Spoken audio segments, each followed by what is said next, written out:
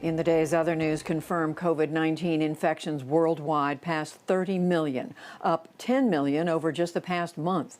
At the same time, the United States is approaching 200,000 deaths, and the CDC rescinded guidance that had discouraged testing for people who've had no symptoms.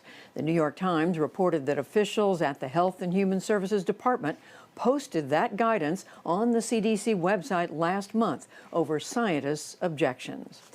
The Trump administration is banning the Chinese-owned TikTok and WeChat from U.S. app stores over national security concerns. A total ban on WeChat's messaging and electronic payment services takes effect Sunday. Full restrictions on the video sharing TikTok begin November 12th. We'll get details later in the program.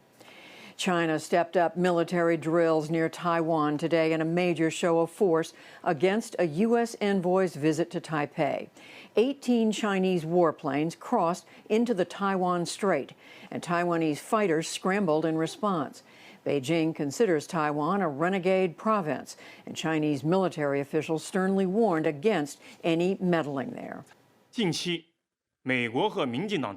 Recently, the United States and Taiwan's ruling party have stepped up their collusion and frequently stir up trouble. It is wishful thinking and is destined to be a dead end. The Chinese People's Liberation Army has firm will, full confidence, and sufficient ability to thwart all external interference and separatist acts. Today's talks in Taipei mark the second high-level U.S. visit in the past 2 months. Back in this country, officials in Alabama reported a second death from Hurricane Sally, and several 100,000 people still have no electricity. Satellite images of coastal Alabama from before and after showed homes and other structures almost entirely underwater. Governor Kay Ivey surveyed the area today. We knew that Hurricane Sally had the potential to be a devastating storm. But y'all, it's really bad. I'm sure it could be worse. But what I've seen this morning in the flyover of Gulf Shores and Orange Beach and Port Morgan, it's really, really bad.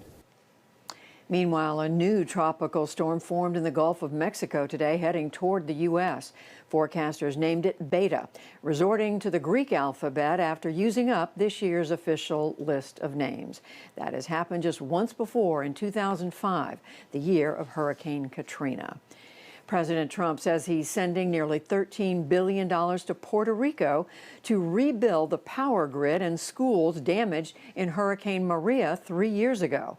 He had opposed that step until now, citing local corruption. But the issue has become important in Florida, a swing state in the election with a large Puerto Rican population. Wildfires in the West have claimed the life of another firefighter. It happened as crews battled a major fire in the San Bernardino National Forest. Flames there have torched nearly 22,000 acres. There's new reporting on allegations of unwanted hysterectomies and other surgeries at an immigrant detention center in Georgia. An Associated Press account today told of a woman who says that a gynecologist pressured, or rather 4 women, who say that a gynecologist pressured them into the procedures. The AP said that it found no evidence that even more women were affected, as had been alleged by a nurse at the center. In economic news, a series of new reports today found consumer confidence is rising and household incomes improving. But on Wall Street, tech stocks pull the market lower again. The Dow Jones Industrial Average lost 244 points to close at 27,657.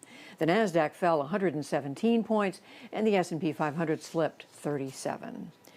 Still to come on the NewsHour, on the battleground, why Minnesota could be a key to November as it starts voting today.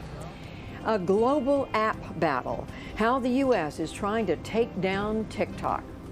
Music as medicine, doctors turn to strings to help them use scalpels, and much more.